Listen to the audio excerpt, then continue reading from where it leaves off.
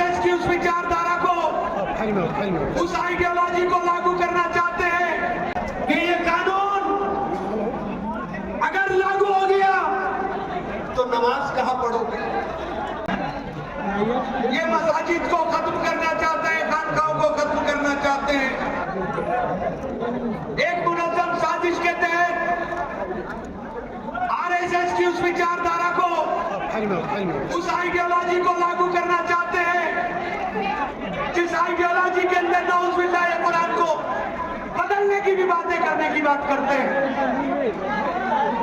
आप लोगों को इस बात को समझना होगा कि जमहूरियत के निजाम के अंदर ताकत अगर कहीं से आती है, वो ताकत आती है वोट से। और जब वोट का नंबर आता है तो वोट के नंबर के ऊपर ऐसे ऐसे लोग चोला पहन करके आते हैं, ऐसे चोला पहन करके आ जाते हैं जो देखने में आपके हमदर्द लगते हैं, लेकिन वो सबसे बड़े शातिर और सबसे बड़े दुश्मन आपके निकलते हैं।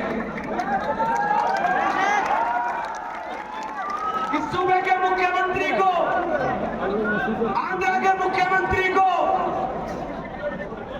आप लोगों ने इस नीयत के साथ वोट दे करके मुख्यमंत्री बना दिया था कि ये हमारे हुकूक की बात करेगा, हमारे हक की लड़ाई के अंदर हमारा साथ देने का काम करेगा। जॉइंट पार्लियामेंट्री कमेटी में इनके मेंबर पार्लियामेंट से जब भी हमारी बात होती थी तभी वो ये कहते थे कि हम हर सूरत में इस बिल के खिलाफ रहने का काम करेंगे। लेकिन जब मौका आया, अगर ये लोग चाहते कि दो पार्टियां चाह लेती सिर्फ, तो ये कानून नहीं बन सकता था। ये बिल पार्लियामेंट में पास होकर कानून नहीं बन सकता था। लेकिन इन लोगों ने, चाहे वो नीतीश कुमार जी हो और चाहे वो चंद्रबाबू नायडू हो, इन्होंने आपके वोटों का सौदा कर लिया। मैं बिहार के लोगों आपसे कहना चाहता हूं कि ये कानून अगर लागू हो गया तो नमाज कहां पढ़ोगे। मस्जिदें नहीं बचेगी तो नमाज कहां पढ़ोगे, और मर जाओगे तो दफनाए कहां जाओगे। इन्होंने एक पैगाम देने की कोशिश की, एक माहौल बनाने की कोशिश की, चाहे वो गृह मंत्री हो देश के, चाहे प्रधानमंत्री हो, या मुसलमानों के अंदर पसमंदा मुसलमानों को रोजगार देने का काम करेंगे। मैंने एक बात पार्लियामेंट के अंदर भी पूछी थी कि एक जगह इस कानून के अंदर ये बताओ कि आपने कौन से मुसलमान की बात करी, कहीं पसमंदा हो, अगड़ा हो, पिछड़ा हो। मुसलमान तो एक होता है, मुझे तो समझ में नहीं आता। ला इलाहा इल्लल्लाह मुहम्मदुर रसूलुल्लाह। लेकिन ये आपके बीच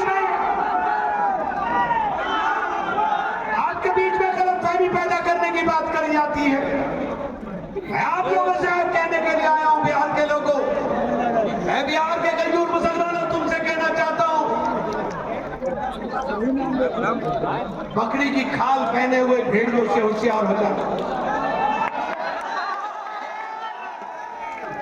बकरी की खाल पहने हुए भेड़ियों से होशियार हो जाना।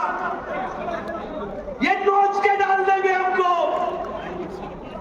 यहां सरकार बनानी है, इस नियत के साथ वोट डालना। कोई तुम्हारा भाई बीच में आकर खड़ा हो जाए, वो भाई तुम्हारा हमदर्द नहीं, ये कन्हैया तुम्हारा हमदर्द हो जाए। ये बात इसलिए कहना चाहता हूं कि सेकुलरिज्म के नाम के ऊपर भारतीय जनता पार्टी ने पूरे देश के अंदर नेताओं को पालने का काम किया है।